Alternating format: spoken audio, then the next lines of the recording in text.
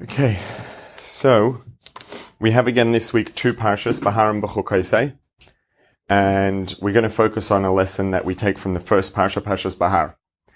So, Behar, the word Behar means at the mountain, upon the mountain, and it's because the Parsha opens up telling us that Hashem spoke to Moshe at the mountain, on the mountain. And it goes on to talk about a number of things about the laws of Shemitah and Yovel, agriculture. At that time, agriculture, going back several millennia, agriculture basically was industry, kind of almost. The primary industry that existed was agriculture. Everything revolves around agriculture. And it still does today, to an extent. Agriculture at the bottom of, is the foundation for everything. The food that we eat comes from agriculture. But in terms of, if you were to draw a map of all the industries that exist, agriculture today is going to be far less dominant on that graph than it was, going back millennia. So there are all these rules about agriculture, about Shemitah, about cycling the land. Every 7 years every seventh year the land takes a break and you don't work the land, etc. You don't reap the crops of your own land. You can take as much as you need to eat, but you can't store away. You can't use it for business, for investing. And then there's Yovel. There's every 50th year, the Jubilee, which is similar, but there's a lot of additional things as well that are involved. There's the freedom of slaves, and there's land going back. Land sale primarily in Torah is not a permanent thing. It goes, you sell land, generally speaking, and it lasts up until Yovel, up until the coming Jubilee year, which is the 50th year of a cycle. It's not the 50th year from when you sell the land, it's the 50th year in a given cycle. And that actually would be taken into account in the cost of sale. I guess today we might, use the terms rent or lease rather than sale. Of the land, you would take into account how many years are left until you hit Yovel, because at Yovel the land goes back to the original owner. So that would be taken into account when calculating the price of selling land. And then moving on, there's a lot of it segues from discussion of Shemitah and Yovel, continuing on the topic of industry, of business. It talks about when a person becomes poverty-stricken, a person needs to lend money. It says that you shall not lend money with interest. You can't lend money with interest. According to Torah law, according to Halakha, you're not allowed to lend money. A Jew is not allowed to lend money to a Jew with interest, strictly speaking. And there are ways to get around this technically. Obviously, you're not allowed to lend money to a Jew with interest, and you're not allowed to borrow money from a Jew with interest. So when there is a loan between two Jews and there is interest that's being charged, it's a transgression on both the part of the lender and the borrower. Neither is allowed to participate on either end of a loan transaction if there's interest involved. Now you're allowed to borrow money from a bank if the bank is not Jewish. You're allowed to lend money to someone who's not Jewish with interest. So as long as either party isn't Jewish, there's allowed to be interest involved. And there are technical ways around this. So, and the reason these technicalities, these loopholes were pursued was because, practically speaking, there are times when people are not going to lend money, people aren't going to take the loss of not having access to their assets without having some sort of, benefit from it. And so there are these loopholes that are created. There's a heter iska where you divide the loan up into a partial loan and a partial partnership, and then you're generating a percentage of the profits on the part of the loan that's technically classified as a partnership. And that kind of balances out the part that goes for a loan. It's in a way similar, I guess, to, in terms of the underlying mentality and the approach to when it comes to working on Shabbos. You're not allowed to get paid for work you do on Shabbos. So what do you do if you need to get someone and you have a shul and you want someone to read the Torah in your shul and you're not allowed to pay them for what they do? And people aren't necessarily just going to invest the hours of work every week to come and read the Torah in your shul because you want them to.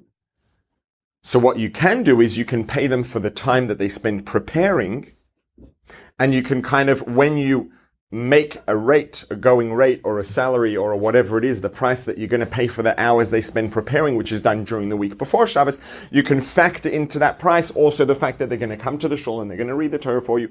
So what we're doing is kind of taking something from one place and kind of, technical word is mavliya, allowing it to be swallowed up in something else. So we do have this loophole for having loans with interest, and the reason that needed to be put in place was because people needed it. It's hard to expect someone to lend money. Money makes money. And if I could have cash and I could have it and invest it in something to generate a profit for myself, and instead I lend it to someone else, and I am losing the opportunity to generate money on that money by investing it, it's a very big ask for me to do that. So people were hesitating to lend money. There was a lot less access of money to people who needed it. And lending money can be a really big deal. Sometimes people have a break, have an idea, have something that really can grow into something that's going to generate profit in a large way on an ongoing basis, but they need some sort of capital to get started. And if people stop lending money, that really handicaps all the people who have the potential to make money but don't have the capital that they need, and no one wants to lend it to them. So that's where this kind of whole heter iska thing comes into play, which is this technical loophole where we break the loan into two parts. Part of it is technically classified as a loan. Part of it is technically classified as a business partnership, like an investment partnership. And when you go into partnership with someone, you are allowed to take a share of the profits. So what you do is you break it up into half and half, and you work it out that way. But back to the topic of interest, the Torah says, and I'm going to look inside just to get the actual quote, after it says you shall not charge interest, you shall not lend money to your fellow with interest, it says, the following verse says, Ani Hashem Elokeichem asher hotzesi eschem me'eretz Mitzrayim. I am Hashem your God, who took you out of Egypt. Connection. Don't charge interest. I am Hashem your God who took you out of Egypt. Now there are a number of explanations that are given. One is, to remind us that a person can lend money to another Jew and say, well, it's not my money, the money belongs to a non-Jew, I'm just a broker, so therefore the lender is charging you interest, when really it's me charging interest. I'm just saying that as a means of being allowed to charge interest. So Hashem says, I am Hashem your God who took you out of Egypt. I know what's going on. But that's very specific, because what about cases where we're up front and I say, look, I'm Jewish, you're Jewish, I have capital, you need capital, I can't afford to lend it to you without interest, the only option I have is to lend it with interest, take it or leave it. I'm being straight up front. So there's no need for the Torah to come and tell us, by the way, Hashem, I'm not hiding it from anyone, I'm being straight up front and direct.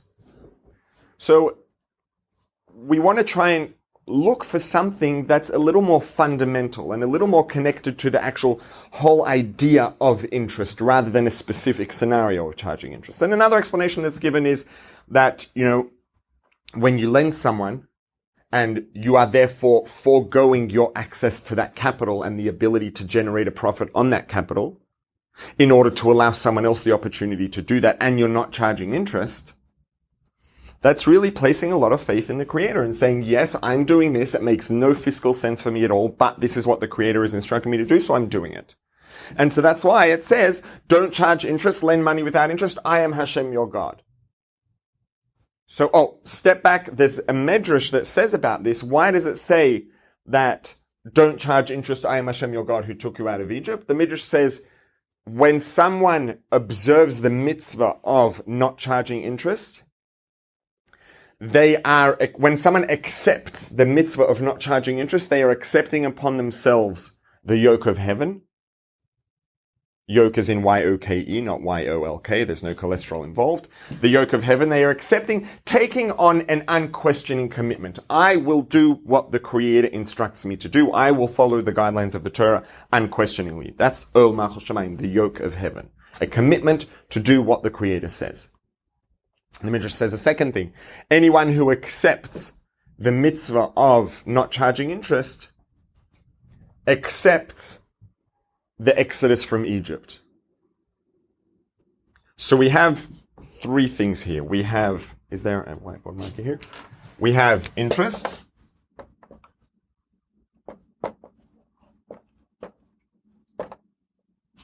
We have commitment.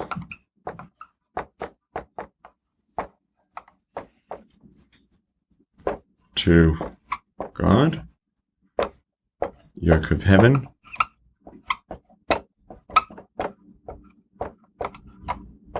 and we have Exodus from Egypt, accepting the validity and realness and foundational nature of the Exodus of Egypt in Judaism.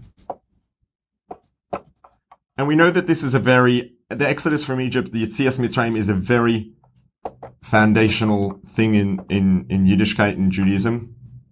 Egypt. Writing and talking at the same time. My handwriting is not good to start with. Writing and talking at the same time is really not a good idea. So, we observe Shabbos to remember the creation of the world. Every single day, the creation and Exodus from Egypt are these two things that are recurring things that we're always remembering, non-stop. We mention the Exodus from Egypt every single day, several times throughout Parent Shema and the Shesh Schiras at the end of davening. We say, so two things. What's the connection between? We have to clarify what's the connection between interest, or the accepting of the prohibition against charging interest. So when a person does not charge interest, somehow that is synonymous with accepting the yoke of heaven and having this commitment. It's also synonymous with, or I don't know if synonymous is quite the right word, but it goes hand in hand automatically. An automatic outcome or ramification of that is affirming and accepting the foundational nature of the Exodus from Egypt in Judaism. Right? So, in terms of the commitment to God, we had, first of all, there's the this concept of faith. A person says, I am foregoing the opportunity to generate profit on this money because I'm lending it to someone else so that they can have that opportunity, and I'm not charging interest, I'm not generating any benefit for myself. Why? Because the Creator said so, because Hashem said so, because God said so. That demonstrates a very strong commitment and a level of faith. That I am prepared to forego an opportunity to generate financial security for myself and for my family, because this is the way that God has said I should behave. So yes, not charging interest, loaning money without interest, kind of, affirms and is an expression of my commitment to the Creator. Kabbalah Somach Shemaim, I do what Hashem said regardless, because this is a big cost. But so do lots of other things. So does tzedakah, so does charity, so does doing nice things for people. Everything we do comes at a cost, right? No good deed goes unpunished. So what is it specifically about the nature of the prohibition of interest that the Midrash says when a person accepts the mitzvah of interest, they've accepted the yoke of heaven. They've had this commitment. What is it specifically about that? Rather than tzedakah and favors and all these other things. So there's going to be something a little bit deeper. Something about the nature of interest specifically that has a direct and specific connection to accepting the yoke of heaven, having this unquestioning commitment to God to do what Hashem says, and to the Exodus from Egypt. So there are a number of midrashim that say different things that all kind of imply the same thing, that head in the same direction, and that is that whatever Hashem instructs us to do, Hashem does himself.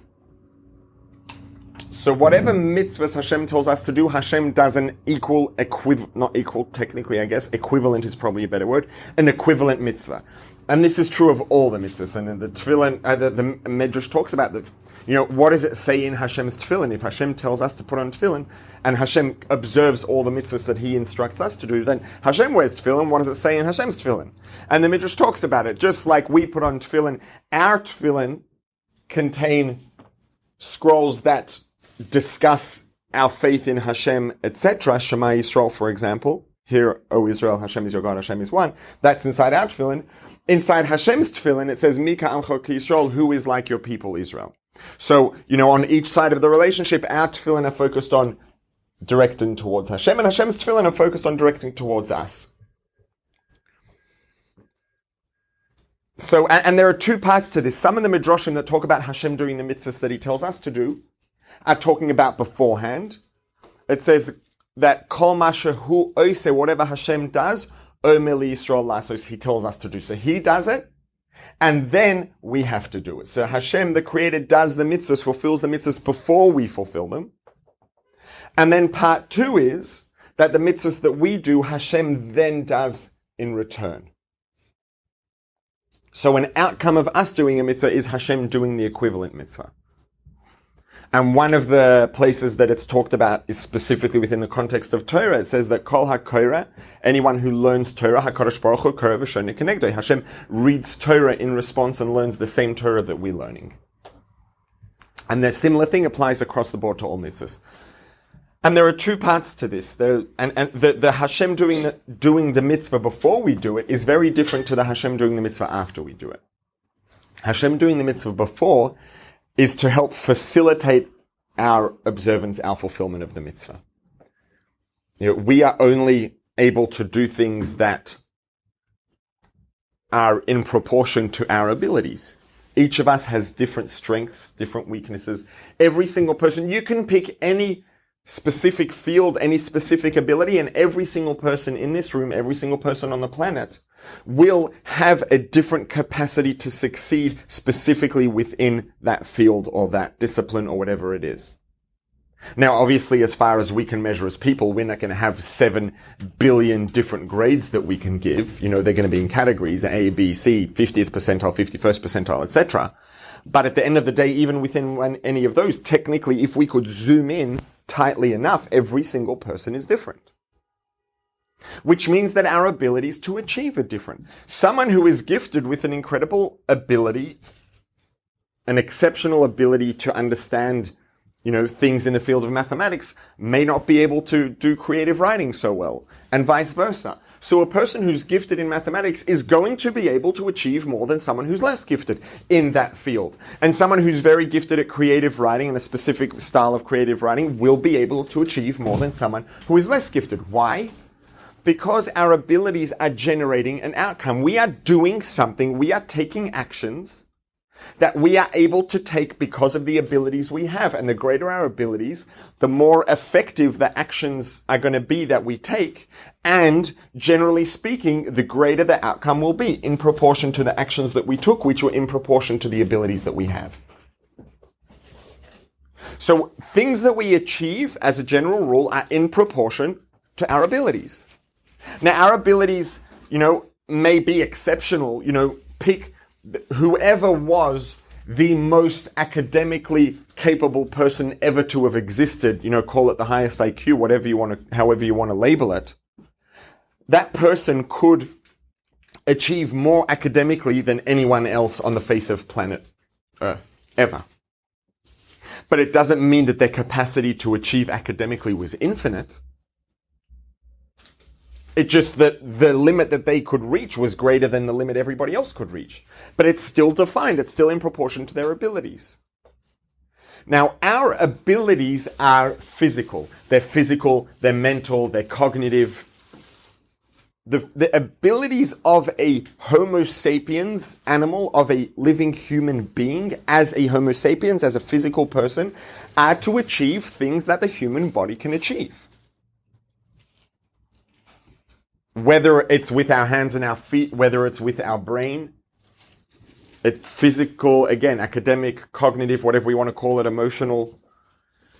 But the Homo sapiens animal doesn't have the ability to reach into the non-physical, whether we want to call it metaphysical, whether we want to call it spiritual, and to bring that into the world. Because that's not a physical phenomenon. That's let's call it perhaps an inter-reality or a trans-reality phenomenon. That means we're reaching out of the physical reality. And it doesn't mean reaching up super high, because super high is still physical. It means reaching beyond the parameters that define the physical reality and time and space and everything else. Accessing something that doesn't physically exist. It exists equally really, but not physically. And taking that and bringing it into the physical universe and bringing matter and spirit together, that's not something that the Homo sapiens individual is capable of achieving. Because it's unnatural. It's unnatural as far as the physical is concerned, because the physical can't technically interact with non-physical, with that which doesn't physically exist. And it's unnatural as far as the spiritual is concerned, because the spiritual isn't naturally able to interact with that which spiritually doesn't exist because it exists physically. So bringing matter and spirit together is a natural impossibility, according to all the various definitions of nature. Nature of the physical and the nature of the spiritual. Because we are here, the purpose for which we exist is to unite matter and spirit, to do that, to bring matter and spirit together. Physical, spiritual, godliness, mundane, whatever terms we want to use. They're not the same, but they're, I don't know if synonymous is technically the right word. They're synonymous, they're equivalent, they're similar, they're connected, related. That's our job, and that's impossible. So, the Creator, God, who we think of as spiritual, but God isn't actually spiritual. God created spirituality. If we were to say that God is spiritual, that would be a definition. God is spiritual, not physical. That's a limitation. God is undefinable by definition. So God is neither physical nor spiritual. We think of God as spiritual because God is not physical, and to us, what's not physical? Spirituality. But God created physical and spiritual. God created physicality and spirituality. And the Creator that created the physical reality and created the parameters that define it, which include it physically exists, it's not spiritual, is the same Creator that created the parameters that define spirituality and said that this is spiritual and it doesn't physically exist. That Creator that created those rules has the ability to override them as the creator of the rules and to say, I am going to allow these to come together at my discretion. You know, think about it in terms of a computer programmer, for example. You know, sometimes use a program and it's frustrating. Why did they build a program to do this? And why couldn't they have made it to allow me to do that? Why? Because whoever wrote the code that is really the structure of the program behind the scenes, the back end of the program, wrote it in such a way that these are the things that you can do and there are other things that you can't do because that's the way they wrote the code. The person who writes the code has the ability to change it if they choose and to change the rules in the way that it works if they want to. So the Creator of physicality and spirituality has the ability to override those and to allow them to come together unnaturally, let's call it. So, and the Creator facilitates our ability to do that by doing it first. So God is being the trailblazer. God saying, I am doing this once because I, the Creator of all those rules, am doing this action. And now you are going to follow in my footsteps and do this action again after I have done it. You will now have the ability to take my ability to override the rules of nature, both physical and spiritual, when you do this action because you're following my footsteps. You're going down the path that I trailblazed, the trail that I blazed. Right? That's what the word trailblaze means, blazing a trail. So the Creator is blazing the trail so that we can follow in the Creator's footsteps and now do this action that the Creator has already done, piggybacking off that, which now allows us to be able to work on the Creator's merits, not just on our own. So that's why the Creator, God, Hashem, does the mitzvahs before we do them. Now, when Hashem does the mitzvahs again, in response to our observance of the mitzvahs, our fulfillment of the mitzvahs, that's very different. That is an outcome. That's not a facilitator. So, and the reason why there is something that Hashem does in response to what we do, which means that technically we literally control Hashem's behavior within a specific framework. And obviously, you know, the reason that could sound like it's kfirah, that could sound like it's blasphemous, if it's taken out of context, is because that's the system that the Creator set up and could technically change at any time if he chose to. So, what's the reason that God set up this system that our actions can control the Creator's actions, that His actions, its actions? When we do something, that literally actually causes God to do an equivalent action. And there are a couple of reasons for this. And there's a teaching, I believe it was the Midrash Maggid who said this originally, that Dam mala mala mimach, when it says know that which is above you, he gave taught an interpretation of that da, know, Ma lamaila, that which is above, mimach, comes from you. So our actions, every single thing we do, every decision we make, every action we take, literally affects all of creation all the way up, not just physical, spiritual, all the way up to the Creator himself, and actually, to an extent, controls the Creator's behavior. Because when we do a mitzvah, God does that mitzvah in return as an outcome. Do you need a copy of the Hebrew? Yeah, please. I don't know where the ones that went around are, but you can take these. English? I have an English here. There should be a bunch of copies somewhere, I would think, but you can pass this down. Pass the English ones up. Whoever's got them, please. Oh, they're right here. Thank you. What did you want? English? Anyone else? Yes? Take both. Anyone else? No, we're good? Okay.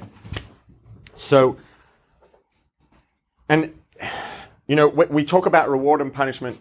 Reward and punishment are fundamental tenets of Judaism. You know, we get a reward for what we do, we get punished for when we do the wrong thing, we get rewards for doing the right things. The reward and punishment in Torah Judaism isn't just, you know, it's not just candy. It's not just, oh, you did something, here's something nice, I'll give you something nice in exchange to make you feel good. The reward is actually that which is generated by our actions. So when I do a mitzvah, the word mitzvah means commandment, it also means connection. When I do a mitzvah, when I follow the directives of the Torah, I am creating a bond between myself and the Creator, which means I am introducing divinity into my being. And in the afterlife, in Gan Eden, what happens is I now am able to perceive the outcomes of my actions. So when someone introduces divinity into themselves by means of doing mitzvahs, learning Torah, etc., then the soul leaves the body, the soul goes into the afterlife. The soul, which introduced a greater degree of divinity into itself and into the body that it was inhabiting at the time, now in Gan Eden, in heaven, actually experiences the sensation associated with having that greater access to divinity that they achieved for themselves. So the reward is simply the conscious experience of the outcomes of our actions, which is bringing divinity, the Creator, into ourselves. Now, if we are in touch with that, if we are able to perceive it, that's going to be the greatest sensory experience possible. Now, we achieve that for real. Every time we do a mitzvah, mitzvah is a connection. We connect ourselves with the Creator and bring divinity into ourselves. Every time we learn Torah, every time we do mitzvahs. And it happens now for real. We bring it into our souls, we bring it into our bodies. The reason that the reward is once the soul leaves the body primarily is because that's when we become able to consciously experience that which we achieved earlier. It's not because the reward begins now. It's that, well, the reward begins at that point in so much as at that point we begin to consciously experience that which was true already before. So, rewards in Judaism are real. Our rewards are the outcomes of our actions. Now, and this is really important. It's very important that and really this ties in. When the Creator does something in return to what we've done, that means that we have created a connection between ourselves and divinity. A specific relationship in terms of this action, in terms of this mitzvah, this guideline, this directive, this commandment. That we and God are partners in this, and God is doing things in response to what I did. Now, the conscious experience of that would be the greatest reward ever, to be able to experience that, and that's what happens after a soul leaves a body. Now, if there was no connection between what we do and what God did, and I would just do things and God would give me rewards that were not connected, it wouldn't really be that rewarding. Right? When we are given things, there's a term, nahama dechsufa, means bread of shame, which means being given something that one did nothing to earn. Now, obviously, in real life, there's a time and a place for that. But, you know, we get much more satisfaction. There's another expression in another Ma'amar Chazal. A person prefers one share of something that they've generated for themselves rather than 9 shares that they were given. So the personal gratification and satisfaction we get from something is far greater when we generated it rather than when we received it. So if the ultimate reward is connection with the Creator and the relationship with the Creator, if the access to and oneness with the Creator wasn't an actual outcome of our actions, it would be far less rewarding. So because the ultimate sense of reward, the ultimate sense of satisfaction is when we have actually generated something. Actually, the truth is I'm conflating two things here. Number one is something that we've earned. And number two is something that we've generated. They're two different things, right? Earning something, when a salary, generally speaking, except for maybe when it's commission's not a salary. There you go. They're two different things. A salary is not something that we generate. It's something that we earn. It's an exchange. I do such and such job description. I do this work for you. This work brings you benefit. In exchange for the fact that I have brought you benefit, you are going to bring me benefit by providing me with a salary. You are giving me money. I didn't generate the money. The money isn't an outcome of what I did. It's being provided in exchange. It's the same thing when you purchase something in a store. I go to the grocery. I want an apple because the apple's going to bring me benefit. So because the store is giving me an apple which is going to bring benefit to me, I give money to the store in exchange and I give them benefit back. But the apple didn't generate the money. From a very business, if a person is just thinking in terms of business, yes, the apple generated the money, but it didn't. The money is not an outcome of the apple. The salary is not an outcome of the actions. It's something that was given in exchange. So that's the first thing. The first thing is that we appreciate things much more when we've earned them, rather than when we've been given them without earning them. And this is a very deep and fundamental part of human nature. That Adam la'amal yulad. The Pasuk says, man was born to toil. We were born to work and to earn. And this is built into the nature of the human mind, built in physiologically to the human brain, that people are happier when they are earning. So by earning, we physiologically make ourselves happier. So when we have earned a reward, it's and at the end of the day, what counts most, as the Ma'amar Chazal I said before, a person prefers 1 share of something they've earned rather than 9 shares than they haven't earned. Why?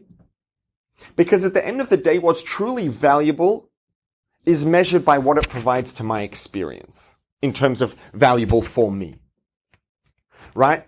And if I happen to, I don't know, I'm trying to think of something really random that's going to work, but not be too overly random. But,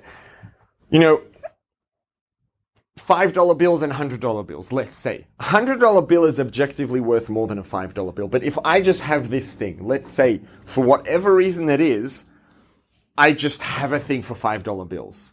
And I'm going to be more excited by the $5 bill than a $100 bill. And let's say, for the sake of making it work to some extent, the $5 bill versus the $100 bill is not going to make or break whether I can afford to buy breakfast and lunch today.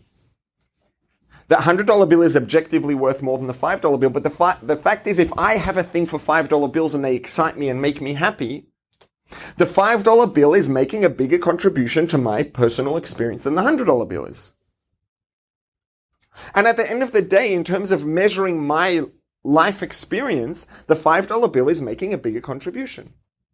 So when Hashem, the Creator, set the system up in such a way that for us to connect with Him, for us to get that reward, that oneness with the Creator, we have to earn it because His actions follow our actions, and when we do things, He does them then as an outcome. That means that we are earning that relationship. We're earning that oneness, which makes it far more rewarding.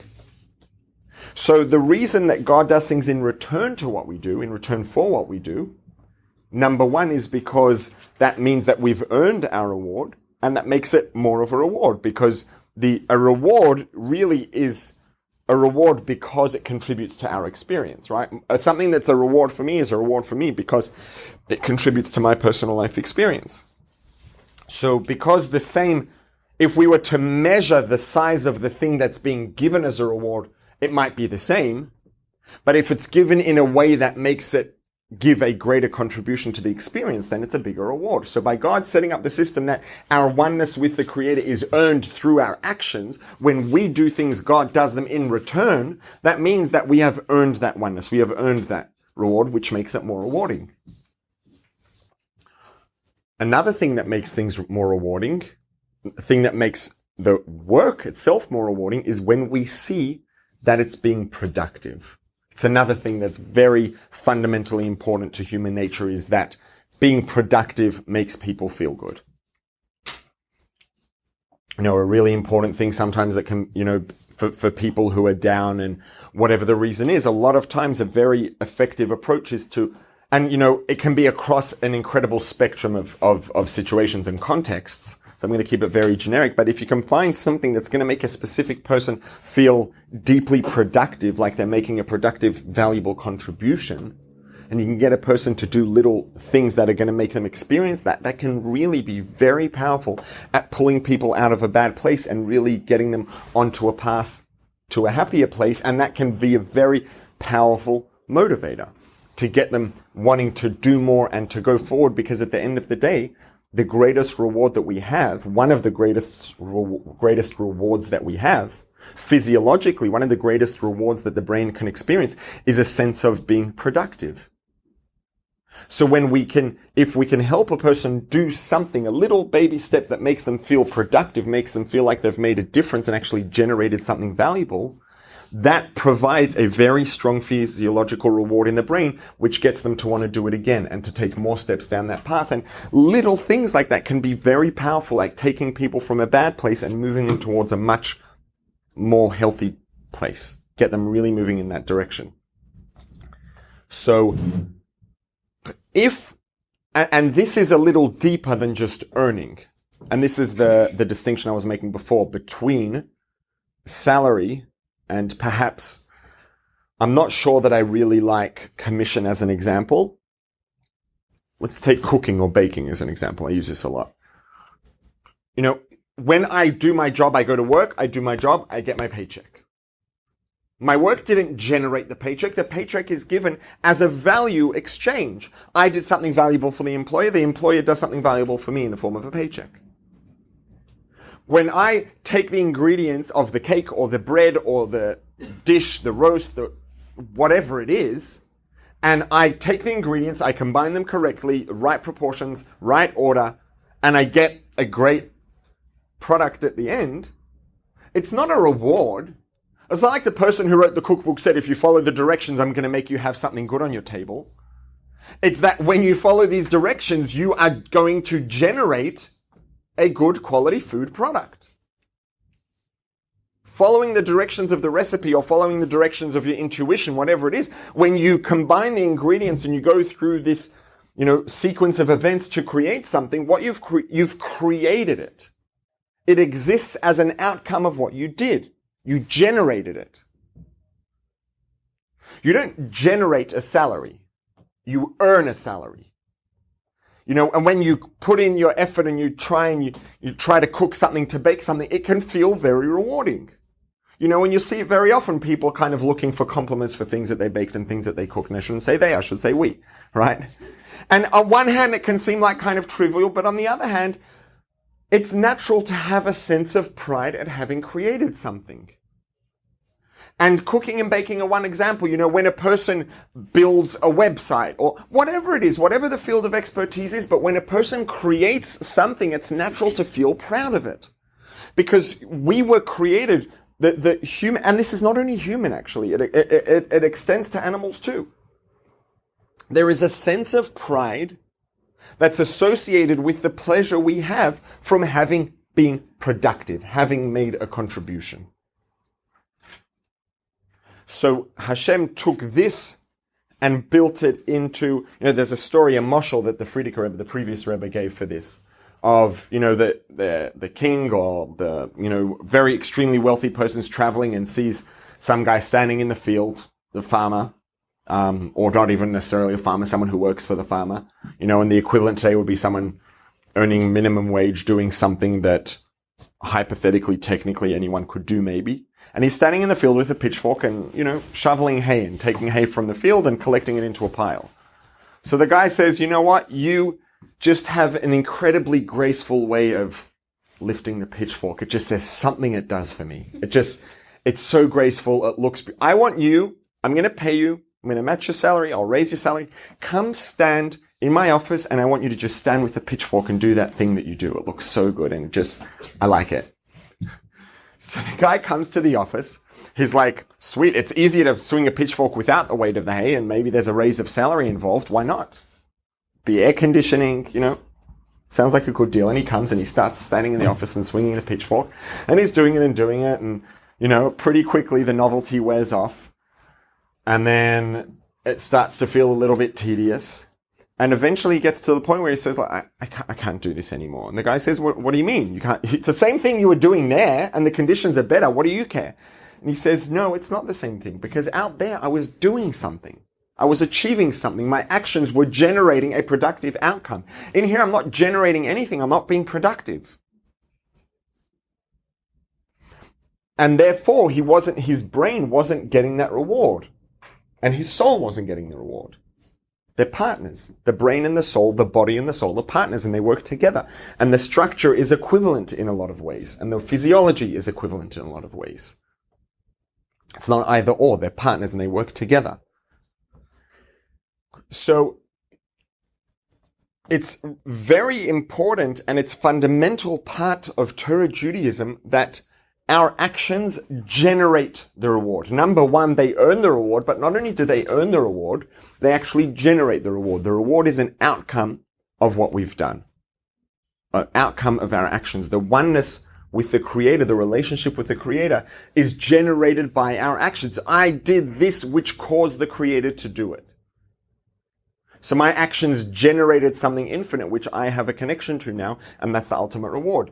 The same reward, the same connection with the Creator, if number one, we hadn't earned it, or even if we had earned it, but we hadn't actually generated it, would be far less rewarding. And this is why these Midrashim, this is the reason why, or a reason at least, why the Creator structured things in such a way that our actions actually cause God to do the equivalent actions. And that makes it far more rewarding. Not just spiritually for the soul, but, the exact equivalent is true physiologically for the human brain and for animal brains. This is just the way that things work. And there's an expression resting on the laurels. When a person's resting on the laurels, what that means is a laurel is like a crown that people would wear, a wreath, a laurel wreath. It was something that people would get as a sign of status or a reward. It was equivalent of a medal in some ways historically. And so this expression resting on the laurels means when someone did really good things and, was a real shaker and mover and generated incredible things. And now they're kind of just cruising and, cruising with the reputation that they have of the things that they did in the past. They're resting on their laurels. They're resting on the achievements that they had previously made. They're resting on the notoriety, on the reputation, on the status, etc. of prior achievements. But resting on laurels, number one, it's kind of shaky because you never know when something's going to come and throw a person off. But number two is, it's not deeply rewarding. It's very superficial. The reward that a person has for something they did in the past doesn't last that long and isn't going to be deeply fulfilling for that long. Because the nature of human being and the nature of the universe is such that when we are actively generating outcomes, that's a reward for us. And that's really the purpose of all existence, is for us to generate that oneness between matter and spirit, between us and the Creator, in a way that's truly valuable. It's truly valuable if we've generated it, rather than just earning it, and certainly rather than just having it given to us. Now, that was possibly a little deep and a bit of a journey. The question is, what does that have to do with any of this? So, technically speaking, halachically, what is a loan? Technically speaking, when I give someone a loan from the halachic sense, I am taking something that's mine, I am transferring it into that person's ownership for a predetermined period of time. Or perhaps a not predetermined period of time. But I'm transferring it from my ownership to that person's ownership. If I am taking interest, if I'm collecting interest on that loan, what I'm doing is I am collecting a benefit for the fact that I used to own that money and it belonged to me before I transferred it into this person's possession. And this goes against the entire structure of the universe, the entire structure of Torah Judaism, the entire structure of our relationship with the Creator, which is that we are here to generate profit, to generate reward, to generate outcomes, not to be given outcomes, not to be given reward, to generate reward. The reward is only real and true, ultimately in the deepest sense, if we actually generated it, if it's an outcome of our actions. And in a sense, charging interest is the antithesis of that. It's saying, yes, I did earn that money, or maybe I did or didn't, but yes, that money did belong to me. And when money belongs to me and I choose to invest it, I can generate a profit. That makes perfect sense. It's my money. But when I have taken that money and transferred it into someone else's possession, and I'm collecting a profit off that money because of the fact that it used to belong to me, that's called collecting a reward that we haven't generated, which undermines this whole structure of the way things are built, or at least the second part of it, that what we do actually controls to an extent what God does,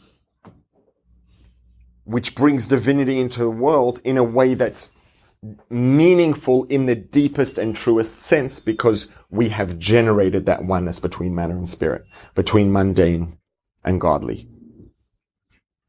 And that's what we're here to do. We're here to generate that oneness. That's when it's truly valuable. It's truly valuable when, firstly, we earned it and it wasn't given for free. And secondly, not only did we earn it, but we generated it. It was a productive outcome of the actions we took. And charging interest, collecting a profit off money because of the fact that it used to belong to us, is to an extent the antithesis of that. It goes against that rule that we are here to generate reward. We are here to take actions that generate positive outcomes, that generate oneness with the Creator. We are not here to be given. We are not here to collect things that are not the outcomes of our actions, or let's call it, just for the sake of translating it, the outcomes of our assets, which are our assets at the present, rather than having been our assets before we transfer them into someone else's possession, which would be the equivalent of resting on one's laurels, having benefits from, whether it's status, reputation, whatever it is, based on something that we've done in the past. That can feel good for a while, doesn't feel good for very long. The same way that, drinking margaritas on the beach isn't rewarding for very long. It feels good for a few minutes, a few hours. You do that for 30 years, you're not going to be very happy. Guaranteed. It just runs contrary to the design of the human being, human nature, human mind, human brain. It doesn't work. We need to be productive to have that reward. And the reason that the human brain is wired that way, the human physiology is wired that way, is because the universe is wired that way, because that's the purpose of existence. So this is why when a person doesn't charge interest, a person says, I am committing to the fact that outcomes are supposed to be, that rewards, that profits, that things that we have are supposed to be, first of all, earned, and second of all, the outcomes of our actions. The outcomes of our assets would be the financial equivalent.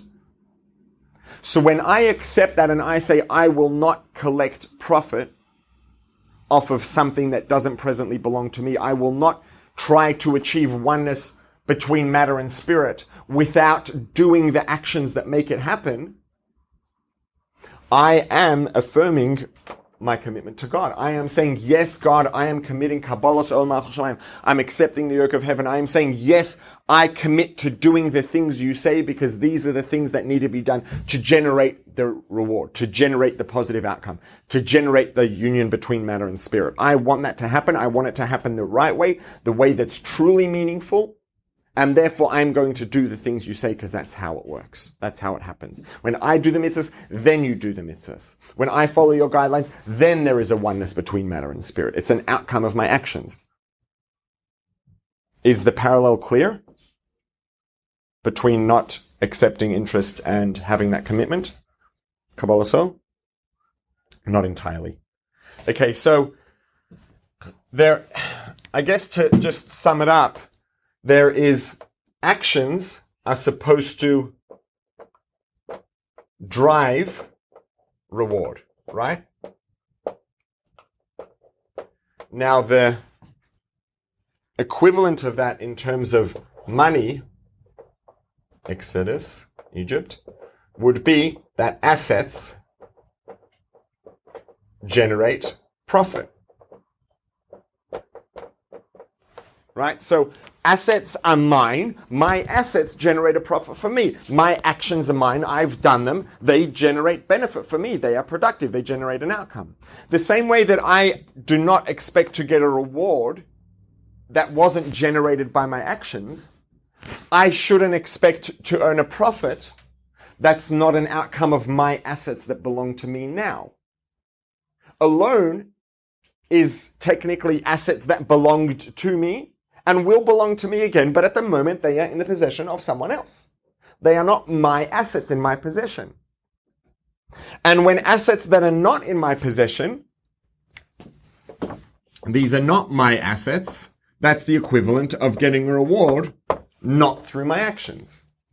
Getting a profit off a loan is getting profit off assets that are not mine, which is the financial equivalent of getting a reward for actions that are not mine, a reward that's not for my actions, not generated by my actions. The same way that my reward, our reward, the collective universal reward, should be an outcome of our specific actions and generated by them, profit that we earn should be an outcome of our assets, not someone else's assets. Is that a little clearer? A little less unclear? But when you lend, right? You don't charge an interest, so that's not an action. So how can you have an action in heaven if by not charging? You don't understand what I'm saying? Not charging interest is not an action. Okay. Yes, that's true. So what we're saying here, it's not that not charging interest generates the faith. Okay. It's that not charging interest represents and demonstrates that, or not faith, but commitment. It's that not charging interest is representative of that commitment. Not charging interest. Because when I don't charge interest, that means I am accepting the fact that rewards / profit has to be generated by my actions / my assets. So it's the perspective and the, let's call it perhaps ideology, that's the same at its core. The ideology that reward has to be generated by actions is the same. So when I accept that reward has to be generated by my actions, the equivalent of that in business is that my profit has to be generated by my assets. So it's not that not charging interest causes the commitment, because that would be difficult, because this is what's called sheva al tasa. This is a lack of doing something wrong, as opposed to this, which is a very proactive thing. It's a commitment. It's just that the underlying perspective or ideology is very much the same. The perspective and ideology that reward has to be generated by actions. Profit has to be generated by my assets. But it is your asset. You're lending your money. Technically speaking, halachically, at the time that I have loaned it to that person, it belongs to them, not to me. It's in their possession. Okay. So, and that's the key. Because at the time that I've loaned it to someone else, it's in their possession, for me to earn a profit off something that's not in my possession is for me to get a reward. The equivalent of me getting a reward, not for my actions. Oh, I didn't even address this whole Mitzrayim thing. Basically, Mitzrayim, Egypt in Hebrew is Mitzrayim, which is limitations. And when we have this commitment and we are committed to doing the things that the Creator said because the Creator said so, we end up breaking out of our limitations and achieving that which is infinite and unimaginable, which is why when we have this commitment to this ideology of the reward being generated by our actions, number one is that is partners with this commitment that I will do what God says and generate the reward by doing what God says. It also, Exodus from Egypt, takes us outside of our limitations and allows us to achieve infinity and to become one with the Creator rather than being limited by the parameters that define all realities, physical and spiritual.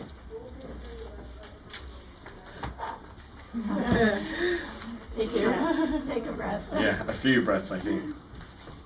This is an incredible secret. Yeah, it is. So, should we do more standing up? Yes. Yeah. Okay.